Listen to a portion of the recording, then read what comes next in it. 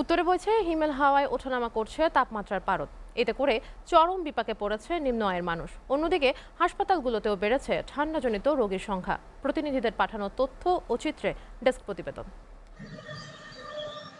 ঘন কুয়াশা আর হিমেল বাতাসে নাকাল পঞ্চগড়ের জনজীবন। পৌষের শুরু থেকেই জেলায় মৃদু শৈত্যপ্রবাহ বয়ে যাচ্ছে। বিকেল হতেই ঘন কুয়াশার সাথে বয়ে চলা হিম শীতল বাতাস শীতের তীব্রতাকে আরও বাড়িয়ে দেয়। সপ্তাহ জুড়েই জেলার 8 থেকে 9 ডিগ্রি সেলসিয়াসের তাপমাত্রার পারদ ওঠানামা করলেও সকালে কিছুটা বেড়েছে। এদিকে হাসপাতালগুলোতেও বেড়েছে ঠান্ডাজনিত রোগীর সংখ্যা, যার বেশিরভাগই শিশু ও বৃদ্ধ।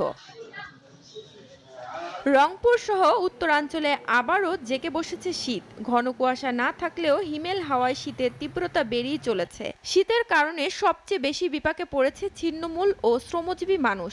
জেলা ও উপজেলা প্রশাসনের মাধ্যমে সরকারিভাবে শীত বস্ত্র বিতরণ করা হলেও তা প্রয়োজনের তুলনায় অপ্রতুল। সেরকম ভাড়া হইতেছে না, কেন আমাদের তো গাড়ির মধ্যে ঠান্ডা হইলে কেউ চড়ে না। কোনো অনুদানের মধ্যে আমাদের এখানে কেউ সাহায্য করেন। খুব ঠান্ডার কারণে আমরা স্কুল যেতে পারতেছি না।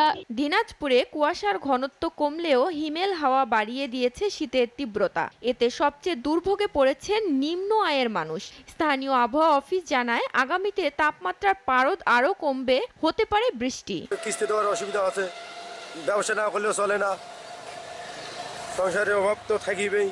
এদিকে কুড়িগ্রামের তাপমাত্রা বৃদ্ধি পেয়েও কমেনি শীতের তীব্রতা। গুড়ি গুড়ি বৃষ্টি ও হিমেল বাতাসে কনকনে ঠান্ডায় কাহিল হয়ে পড়েছে জেলার জনজীবন। শীতে কষ্টে পড়েছে অতি দরিদ্র, ছিন্নমূল, শ্রমজীবী এবং নদ নদী তীরবর্তী চরাঞ্চলের মানুষেরা। প্রচণ্ড ঠান্ডায় জরুরি প্রয়োজন ছাড়া বাহিরে বের হচ্ছে না অনেকেই। খড়কুটো জ্বালিয়ে শীত নিবারণের চেষ্টা করছে শীতার্ত মানুষ।